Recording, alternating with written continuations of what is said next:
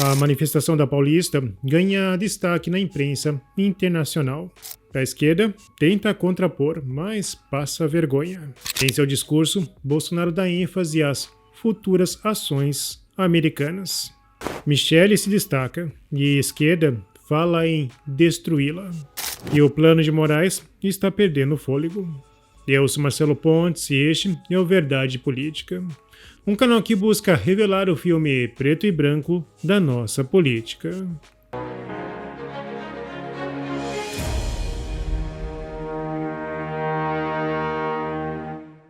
O cenário político foi muito bem desenhado pela mídia nos últimos anos. Bom, mas nesse processo ela esqueceu de lembrar que o Brasil é um país conservador. O povo brasileiro sempre teve raízes cristãs, mas parece que o progressismo só percebeu isso após a vitória de Bolsonaro. O atual tema é a anistia a presos políticos, pessoas que são tementes a Deus, como Débora. Não por acaso, o Fantástico dedicou um espaço para divulgar o documentário Crentes Além dos Muros. Essa produção da Globo mostra que o número de evangélicos no país não para de crescer, principalmente nas periferias. Até a Choquei fez questão de publicar a matéria, destacando que essas igrejas têm, em sua maioria, um público formado por pessoas pobres e negras. Bom, não posso afirmar que a matéria teve um tom político, ou que seria uma sugestão de alerta. O que eu posso afirmar é que essa realidade sempre existiu no Brasil. Bom, mas faltou um detalhe nessa matéria: a análise do porquê deste crescimento. Historicamente, o cristianismo sempre cresceu diante de ameaças, perseguições. Ou seja, a crescente perseguição da esquerda aos valores cristãos está fazendo com que o movimento cresça a cada dia.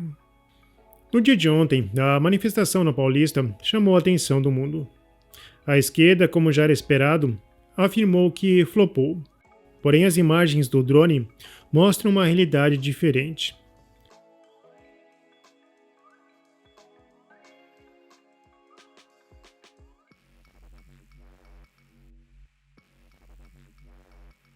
Claro que não foi a maior manifestação ocorrida na Paulista, e nem poderia, diante de uma repressão sem precedentes no Brasil, seja pelos instrumentos ou volume de pessoas presas.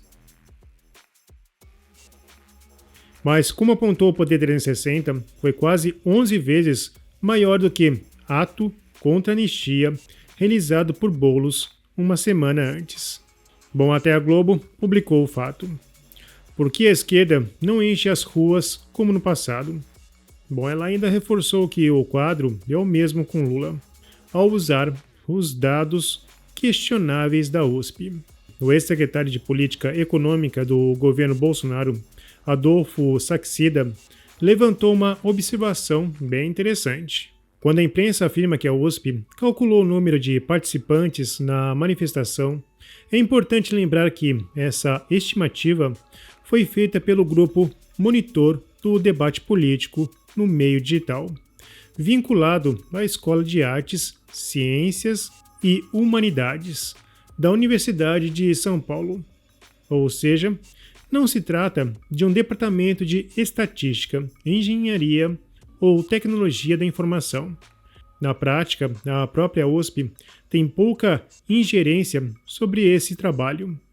Não há nenhum problema nisso, mas é fundamental deixar essa distinção clara.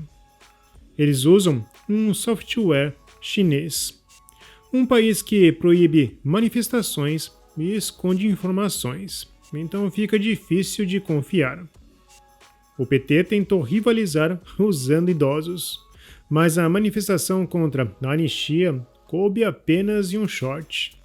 Será que essa manifestação vai ganhar música no Fantástico? Como apontou o advogado Jeffrey Chikini, as injustiças são gritantes. O STF condenou um pipoqueiro e um vendedor de picolé que estavam trabalhando no 8 do 1.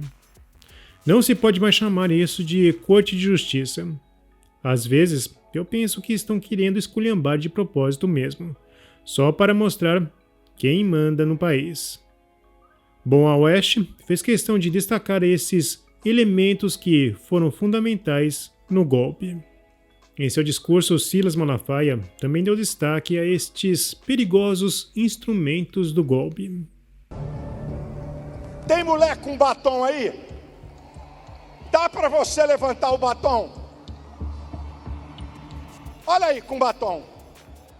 Pessoal, filma aí e manda para Alexandre de Moraes. De tanto batom que está aqui, dá para dar golpe no mundo. Em entrevista ao Metrópolis, Malafaia questionou: se a manifestação fosse realmente um ato golpista, por que os alertas da ABIN mencionavam apenas o risco de atos violentos e não de golpe? Em seu discurso, Bolsonaro falou sobre as ações que podem vir dos Estados Unidos e mencionou o caso Felipe Martins. Tenho esperança também que de fora venha alguma coisa para cá. Hoje faltou um filho meu aqui, o 03, que fala inglês, fala espanhol, fala árabe, tem contato com pessoas importantes do mundo todo, está lá nos Estados Unidos. Daqui a 2 semanas ou 10 dias, a justiça americana começa a investigar o caso Felipe G. Martins. Aquele que foi acusado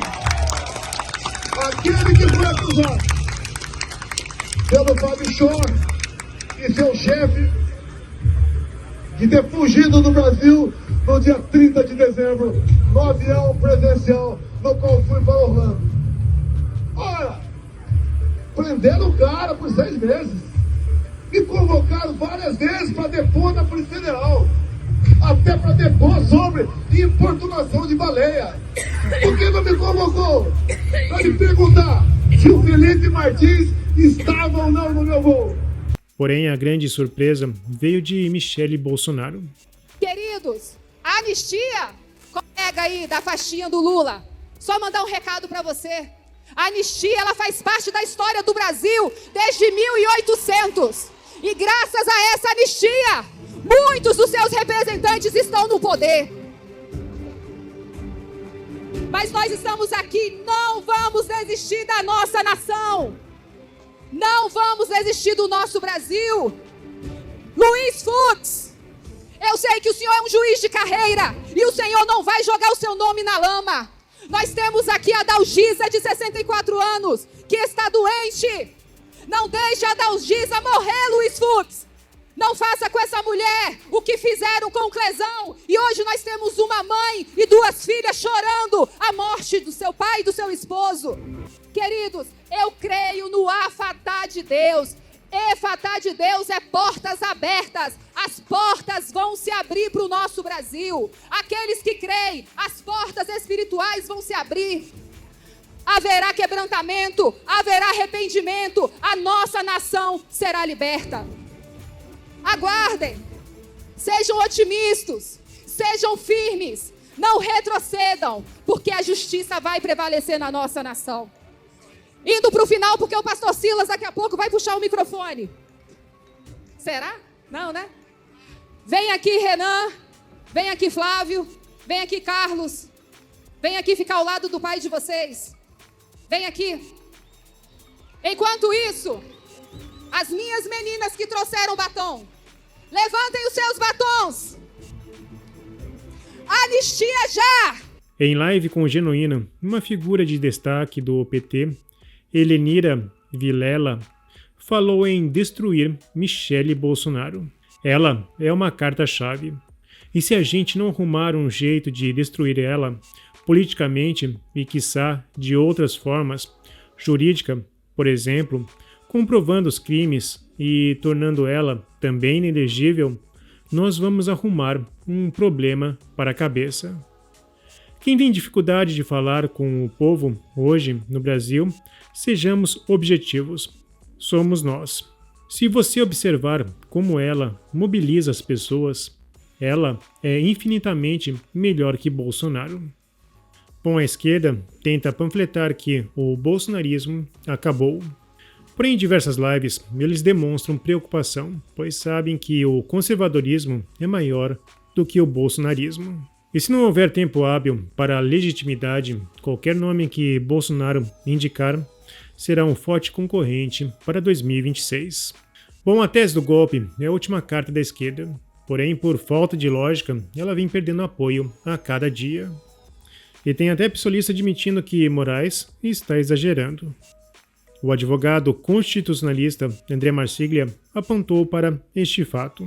A existência dos poderes da República e das esquerdas, a anistia ocorre por receio de que se deslegitime a tese da PGR de que os 34 denunciados, dentre os quais Bolsonaro, foram mandantes e incitadores de um golpe.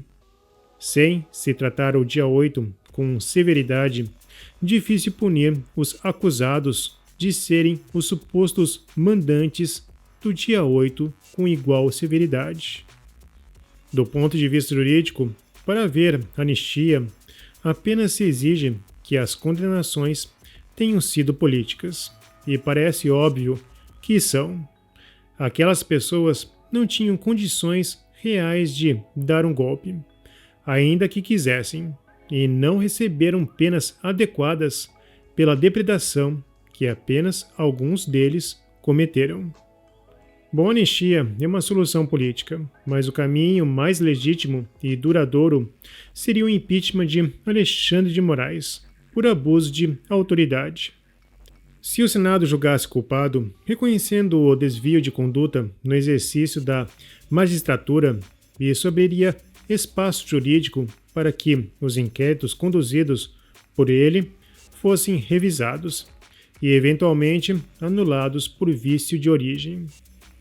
Assim como no caso de Lula, em que houve anulação de condenações por suposta incompetência da Vara de Curitiba, atos de Moraes poderiam ser desconstruídos por ilegalidade ou excesso de poder. Porém, por falta de coragem do Senado, a anistia é a solução mais plausível. E com certeza o STF irá derrubá-la se passar. Bom, mas aí teremos mais um capítulo de anulação das competências do Congresso. E talvez com isso, mais um ou dois motivos para o impeachment de ministros do Supremo. Bom, se você apoia a Verdade Política, não se esqueça, curta, comente e compartilhe. Clique no sininho para você receber as nossas notificações. E vamos continuar na luta em prol da verdade.